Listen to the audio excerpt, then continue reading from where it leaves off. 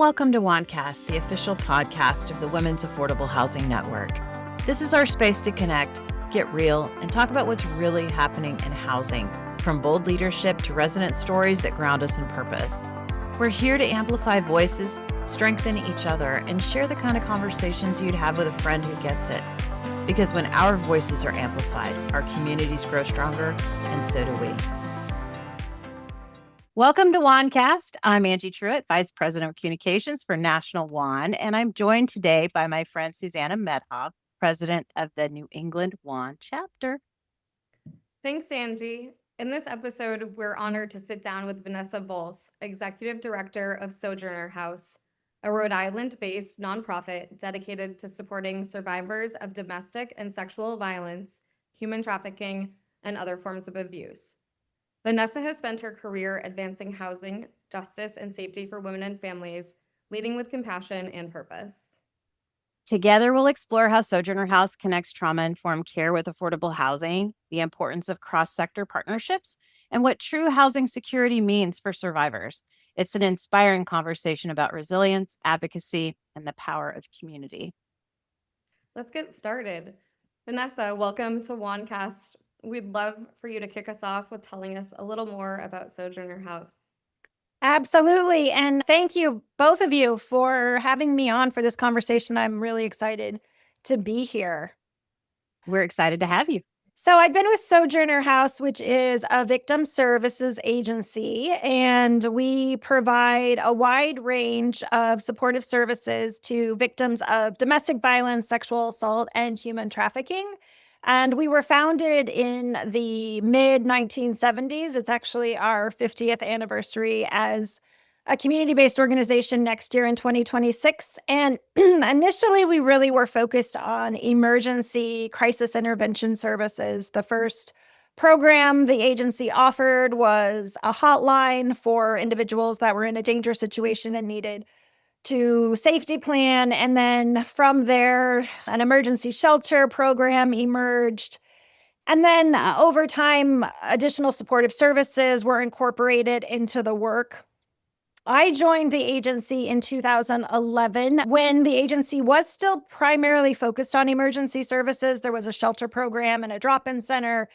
And during my time at the agency, we've been able to grow and expand so that housing really is now our largest program and the program that serves the most clients every year. And we've done so in a variety of different ways, which we'll probably talk about more during the session. But I think the important takeaway is that we currently are both a service organization, so we can provide counseling, legal assistance. We offer support groups and other community supports. And we're also a housing developer. So we purchase and rehab and lease apartments to individuals and families who have been impacted by abuse. And because we're able to provide the housing and the supportive services, we find that it's a model that works really well for individuals and families who've been impacted by trauma due to abuse for a lot of different reasons, which I'm sure we'll touch on today. But that's pretty much what we do here. And you mentioned that you've been leading since 2011. Looking back, can you pinpoint some really pivotal moments in the journey since you joined in 2011? Yeah, so full transparency, and anyone who knows my work is aware of the fact that when I became the director in 2011, the agency had been through quite a bit of leadership transition and was just very unstable, both organizationally, programmatically, financially. So I really spent the first 18 months stabilizing and building an infrastructure for the organization. And that was, in retrospect, really helpful because I truly do understand all aspects of the agency. I know how the finance department works, and I know how the shelter program works, right? Because I was at the shelter early on, meeting the clients and really helping the staff create the program. And then once the agency stabilized, I think another highlight was recognizing the need for permanent housing for victims and then being able to develop a program that could be funded. And we were able to secure funding through a variety of different ways, but mostly through HUD and some state grants. And then because of that, we've been able to attract private philanthropists and certain corporations to support our work as well.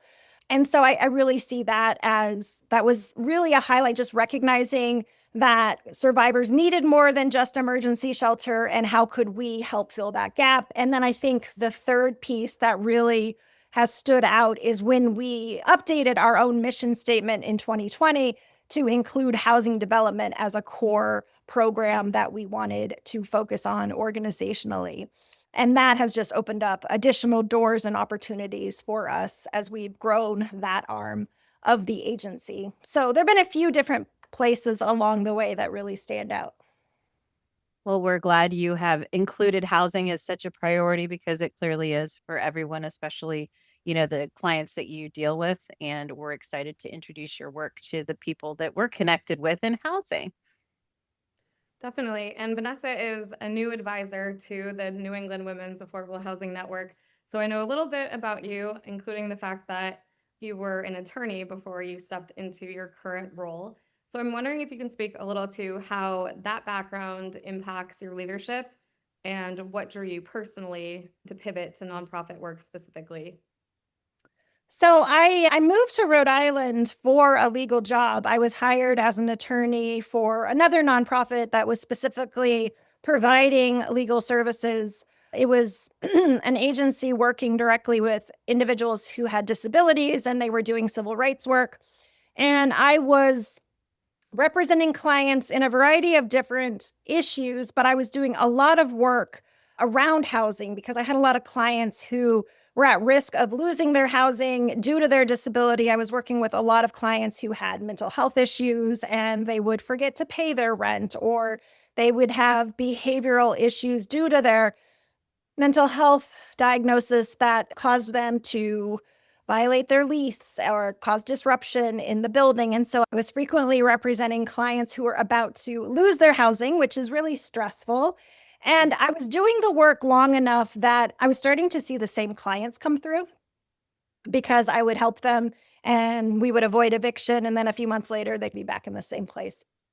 But this is all to say that experience, and I was an attorney for 4.5 years, it really helped me understand how important supportive services can be to individuals who maybe are in affordable situations or receiving subsidies or have just challenges in life. And I noticed that the clients that weren't receiving clinical support or case management support really had a harder time navigating not just the legal system, but navigating access to any other benefits that might have helped them move forward. Fast forward to when I transitioned over to Sojourner House and we were already doing the service component, it made sense to me to incorporate the services into the housing piece as we started to develop the housing program. And again, I really think that is one thing that sets us apart as a service provider. I think there are a lot of agencies providing social services. There are a lot of agencies building and developing housing. There aren't as many really doing both. And there certainly are even less victim services providers that are doing both. But I think there's so many advantages to being able to produce the housing and manage the housing, provide the property management, and then also provide the supportive services. Leading through growth and change isn't easy. What lessons have you learned about resilience as a leader? I think that's a great word to think about because leading through growth means you're going to encounter a lot of barriers and a lot of hiccups. And even honestly, even within the housing sphere, when Sojourner House started to get interested and then started to do work in the housing development space, there was initially quite a bit of resistance from community partners because we were seen as a victim services agency and you have a shelter and you have a counseling program and that's what you do. And we love to label and classify in our society. And so we were seen as a certain type of provider. And it took some time to work through that. It took a lot of relationship building, getting to know other developers, having them understand that we were working with a specific population, that it might even benefit them if we were working with a specific population, and building relationships with funders so that they understood why our programs were evolving in this way. But with any kind of growth, there's so many challenges. And so I do think your question said, what kind of resilience have you developed? I think that is the key. The resilience, the grit, for me, it's just always, what is the goal here? And really staying focused on what you're working towards. And that's why I love doing mission-driven work, because I believe so much in what we're doing here at Sojourner House. We're literally changing people's lives. We're literally keeping people from being homeless, from being on the street, from staying in a dangerous situation. And on those tough days where nothing feels like it's going right, and when the funders are not giving us the grants that we're applying for, and when there are so many things that can go wrong, it's still the mission that is able to motivate not just me, but my team towards what we're working for. And I think that's really powerful. And I really credit that for why we've been able to do what we do. Under your leadership, Sojourner House expanded into housing development. I'm wondering why it's important for the organization to move into affordable housing for survivors. So we started providing emergency shelter early on in our agency's history. It was one of the first programs Sojourner House developed back in the 80s. And I think there will always be space for emergency shelter. But what we have noticed over the last 15 years is that when clients come to us in crisis and their situation stabilizes, they often didn't have anywhere else to go. And as we all know, there's such a housing inventory issue and there's such a shortage of affordable units that the problem has just compounded in recent years. And it reached new heights during the pandemic when we had so many people in very dangerous situations. People were literally locked at home with their abuser with nowhere to go. And there was such a shortage of housing. And it just became clear that part of the solution for victims is we need more safe, secure housing. And we were working with a lot of landlords, but landlords don't always want to work with us. And landlords are not always sensitive to confidentiality. A lot of times we're working with families who are moving somewhere and we want to keep the address confidential because they're still in a dangerous situation. And so it just became clear over time that it would make sense if we could have site control over the units where our clients were living. And so that then led to discussions about acquiring property that we could renovate or own and lease to clients. Certainly, it's been a journey. As any developer knows, projects take twice or three times as long as you think they're going to take, and then cost even more than you think. But we're at the point now where in the past 10 years, in the past 5 years, we've acquired almost 10 additional units of housing that's now affordable for victims. And this is the trajectory we'd like to continue on moving forward. When I was reading on your website, on your impact page of your website, the impact that Sojourner House has had on many of your clients, and it was hard to read those and not get a little teary. I fortunately have never been in the situation that your clients have been in, and many of your staff have been in as well with domestic violence, but you've changed their lives. I read so many stories from clients about they had nowhere to go, literally nowhere to go. And someone mentioned Sojourner House, or someone was being trafficked and someone at church put them in touch with Sojourner House, and a young mother and child were able to have a home and save for a car because of Sojourner House. So these are very real impacts that I think would touch everybody. That's why we're really excited to have this conversation and just spread what you've been doing. But tell us a little bit about the supportive housing program that you have tailored specifically for survivors, what makes it unique, and the impacts that you've seen on the front lines. So we've been able to build out over the last few years a supportive housing program, which is primarily comprised of transitional housing, rapid rehousing, and permanent supportive housing. So we receive funding for all three different programs.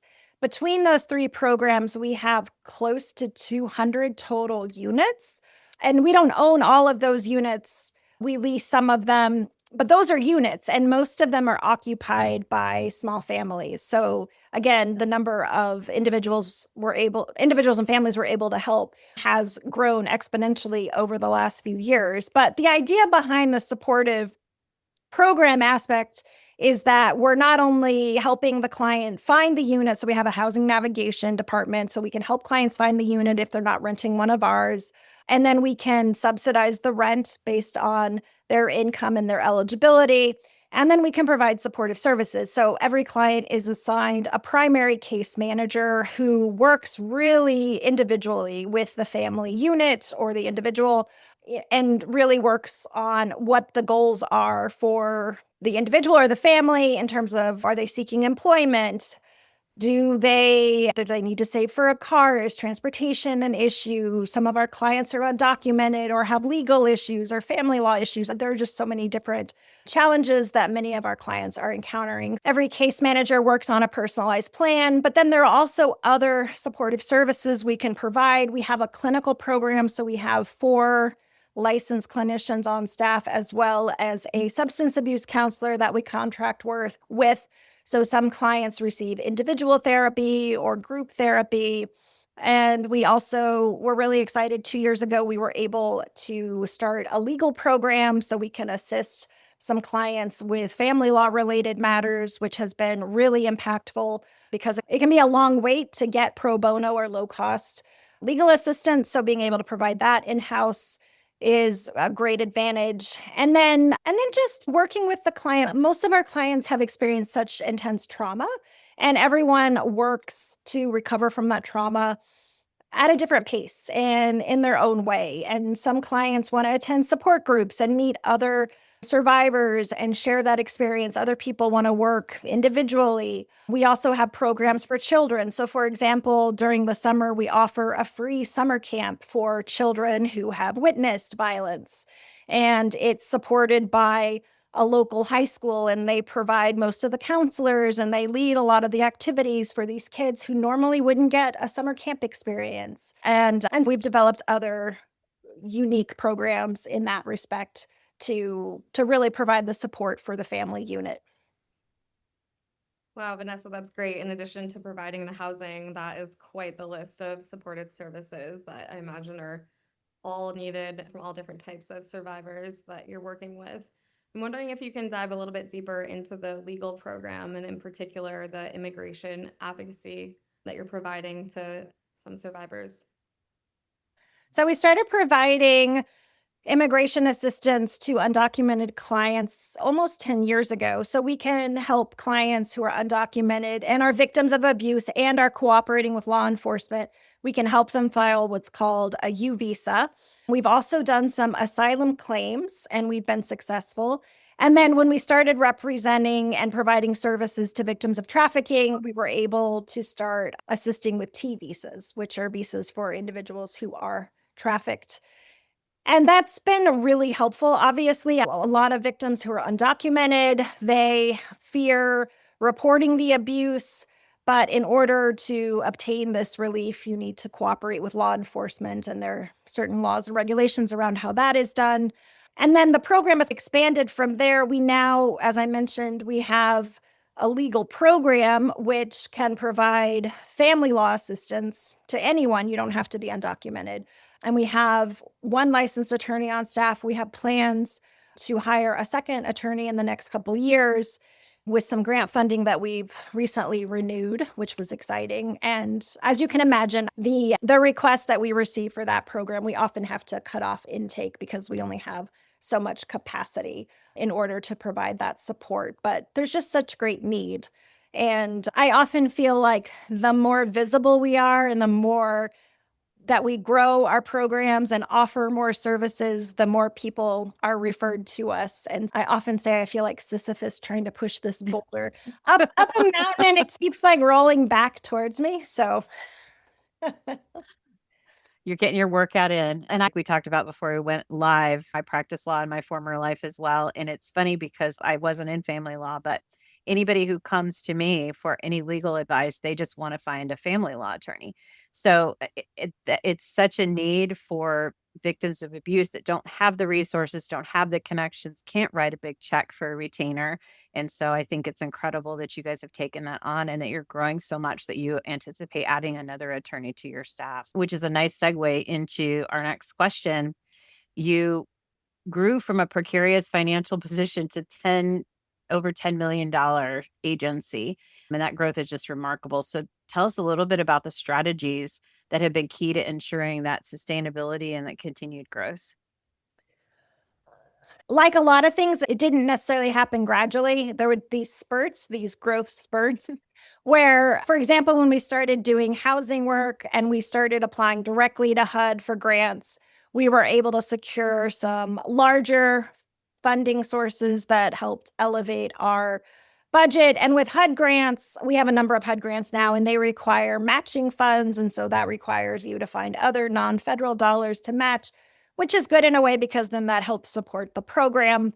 But I always am thinking about diversification of sources.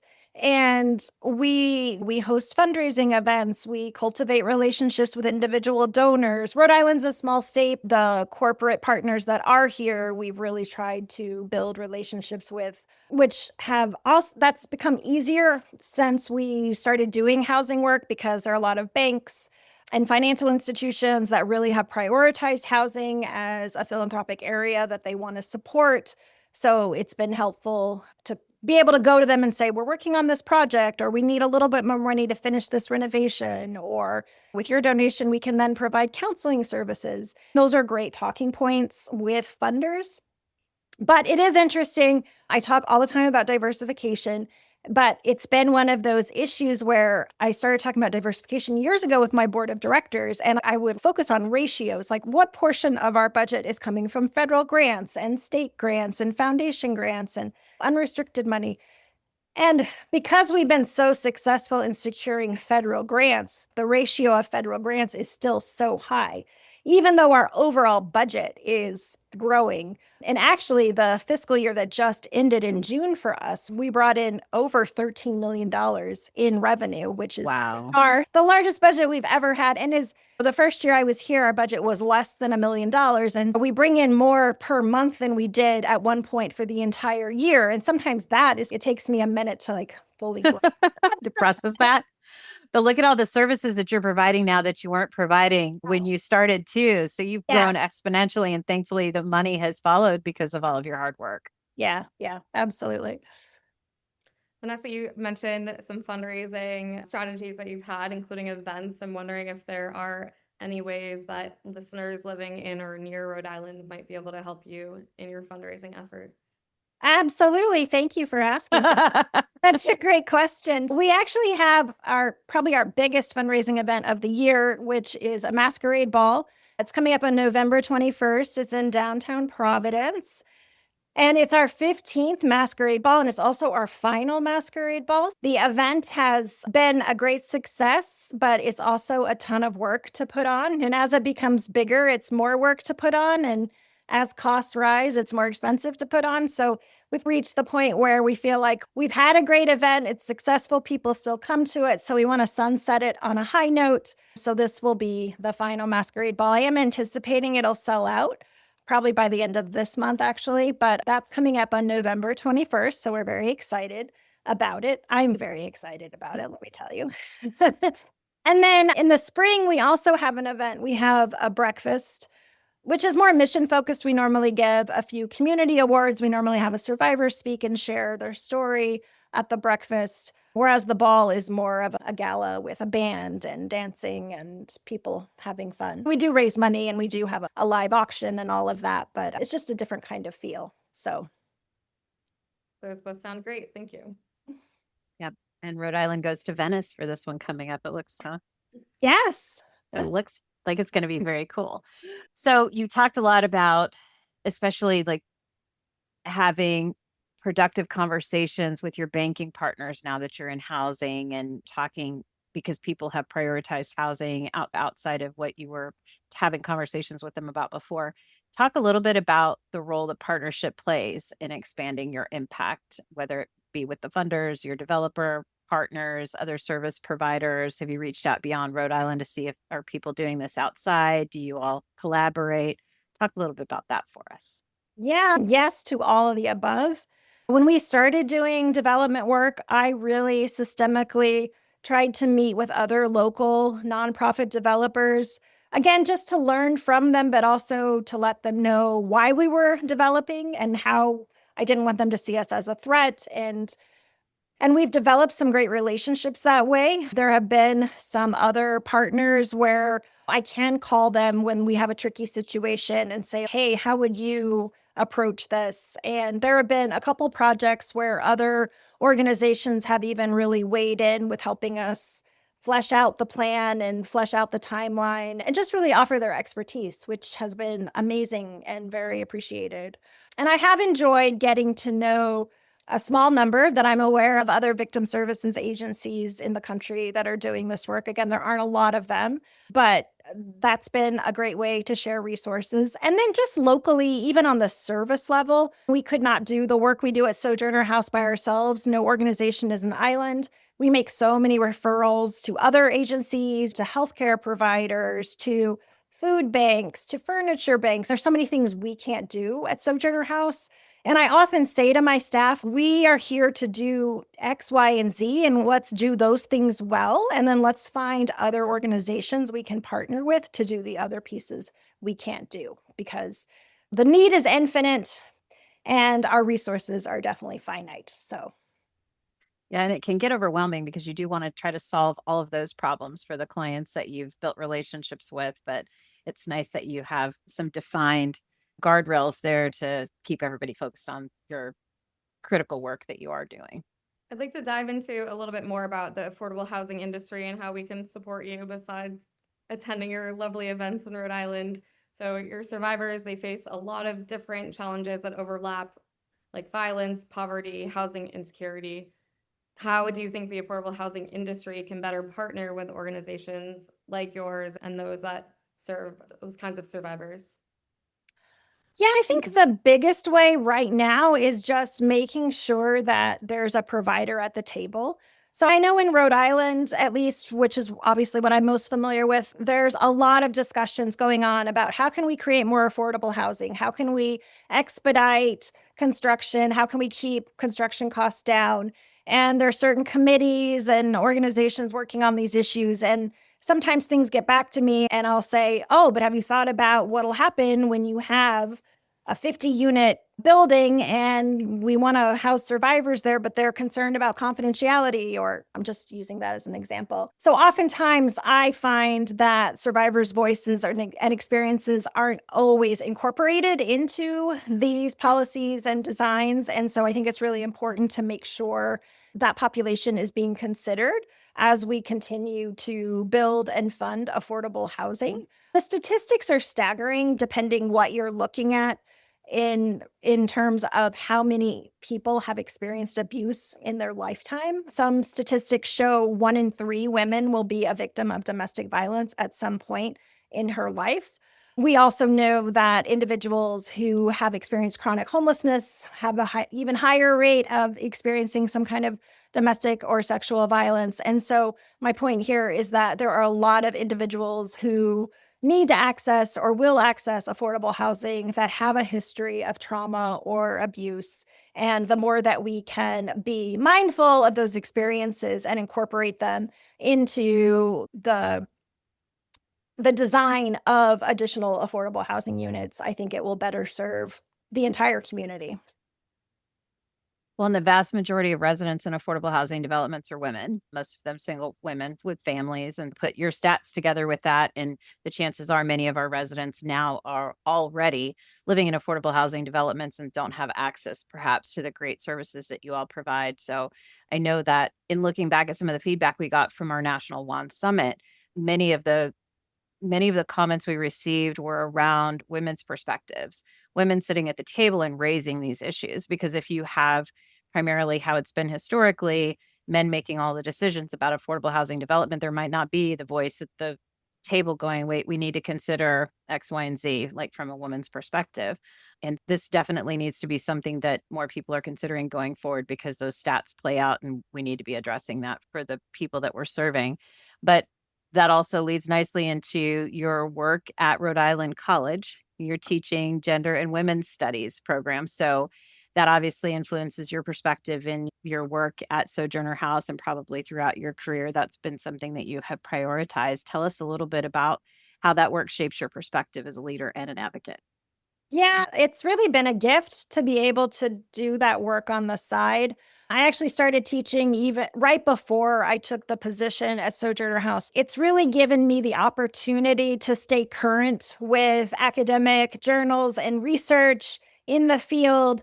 And that's something I've noticed along the way too, is that there's sometimes or oftentimes a disconnect between academic research and data that's compiled about these issues and then the organizations that are actually on the ground doing the work.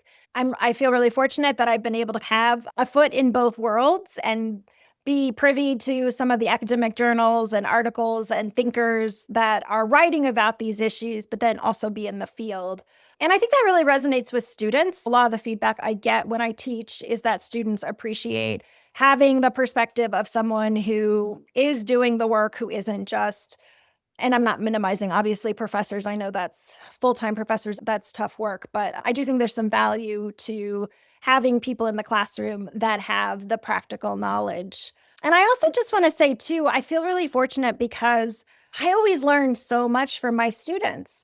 And even I've been teaching for 15 years, and yeah, even last week, I'm teaching a class this semester, and even last week, a student made a comment, and I even looked at her and I said, wow, I said, I've never had a student say that before. And I was just really impressed, and it just reminds you that we're all of us are always learning, and there's always more to learn. And a college environment really provides that platform to exchange ideas and explore things. And I feel like I've learned as much from teaching as I have from directing the students. That's great. I'm wondering if you're able to share what that student spoke about that was so enlightening for you to hear as a lecturer at the college. Yeah, not to get too in the weeds, we were talking about gender, what gender is, how we define it, how we talk about it in our society. And I did this exercise with them. It's called a gender box exercise, which some listeners might be familiar with. Long story short, it's thinking about stereotypes we have of what it means to be male and stereotypes about what we have to be female. And the whole point is we've created these very rigid definitions of male and female, and those rigid definitions can result in expectations and pressure, especially for men to feel like they have to be in control all the time and they have to have the power. And that's the societal expectation. And that can lead to violence. And that often can lead to intimate partner violence. So we were talking about all of that. And so then I say, what would happen if we erased the lines around the gender boxes? And I was looking for an answer of, oh, there would be less pressure on men and women to feel a certain way. And the student said, she said, if we didn't have those lines, then we'd probably all recognize that we're all just human having a shared human experience. And I was just like, wow, you're absolutely right. And it's so far apart from where we are right now. Everything just feels so divisive, right? And we're just like, we all have opinions, which is great, but it's like it's hard for us to see other perspectives right now. And it was just really refreshing to have a student recognize that through an activity I've done for 15 years, and I really have never had anyone quite put it that way. I love that. It sounds like an awesome classroom experience. I wanted to just talk a little bit more about your speaking engagements, both on gender and also gender-based violence. Are there any myths or misunderstandings rather, about survivors that you wish more people understood?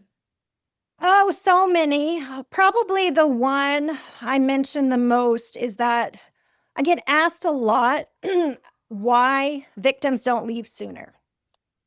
And having done this work for as long as I have, and having spoken with survivors and having seen clients in our own programs, I truly am surprised when victims leave, because they are leaving so much, especially victims who have children and families.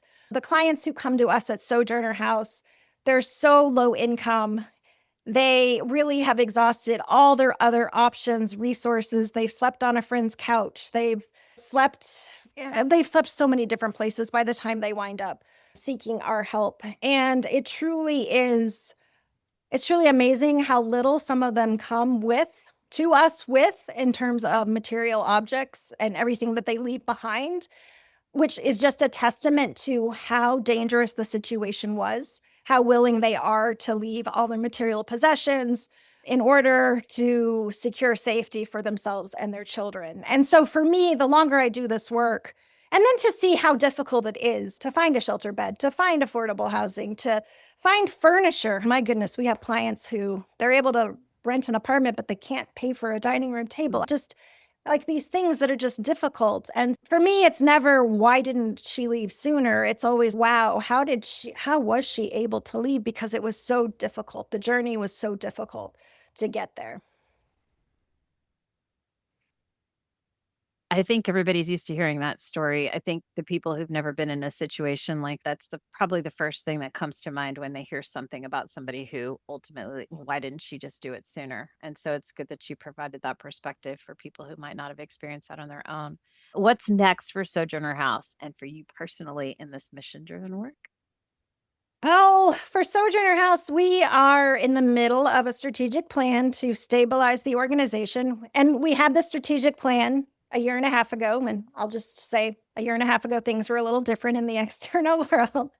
So we're shifting and adjusting like everyone else. I do see more housing on the horizon for us. And we actually have been able to start a small policy arm of our agency. We were able to secure a grant to bring on 2 postdoctorate fellows to our organization this fall, and we're starting to do a little more advocacy, both at the state level, and hopefully we want to participate in some of the discussions at the national level. So I'm excited about that. So I think that's on the radar. And for myself, I love the work that we do here. And I'm always just curious how we can serve more people and how we can be a more effective organization. I love making connections. I'm so excited that I've connected with your organization. I look forward to getting more involved and meeting other people doing this kind of work. That helps energize me. And so I'm looking forward to hopefully creating some new friendships moving forward. We're excited for all of that too. What can WAHN do to support you and Sojourner House's work? This has been great, this discussion. I'll just put a plug in for a masquerade ball for anyone who is local to Rhode Island. It's November 21st. It's a fun time for a great cause. And we do have an e-newsletter. You can sign up on our website. Our website is sojournerri.org. And if you're not local to Rhode Island, I would always say be mindful of who is your local victim services agency. They're all throughout the country. They do really important work. A lot of them are a lot smaller than Sojourner House, so you may not know about them, but it's a good resource to learn about if you're not aware of what's local to your area. And we'll make sure and drop all those links in when we post the episode. Is there a national hotline or anything else that you'd like to share for maybe somebody who isn't aware of how to connect with resources in their specific area? Yeah, there is a national domestic violence hotline, and that's what it's called. And if you Google Okay. National Domestic Violence Hotline, it'll come up, and it is a national hotline that will then connect you to a local resource. We'll make sure that we include all that. Vanessa, this has been wonderful. Susanna, so glad to have you here too. Is there anything we didn't cover that either one of you guys would like to go into? No, this was great. Perfect. I guess on that note, then we will wrap. Well, Vanessa, it's been our pleasure hosting you. Thank you for all that you're doing, and thank your team at Sojourner House. And I know that many of your advocates and staff members are also survivors, and please give them a virtual hug from all of us. And one of WAHN's pillars is strengthen. We're always looking to strengthen women in affordable housing and work with our allies to do the same. And I know that's something that you guys focus on a ton, is just the strength that it takes to do what you guys do, the strength that survivors need to be able to walk away from those situations and continue to build the lives that they deserve to build. So thank you for helping them do all of those things. Oh, thank you for helping to raise the visibility of our work. We really appreciate it. Thanks for being here with us on WAHNcast, the official podcast of the Women's Affordable Housing Network. Every guest, every story, every listen helps us keep this space real, rooted, and resonant, and we're so glad you're a part of it. Big thanks to our guests for sharing their time and knowledge with us, to our sponsors for making this platform possible, and to you for tuning in, sharing, and helping us keep this conversation going. Be sure to follow, rate, and share WAHNcast wherever you listen, and bring a friend next time we save them a seat.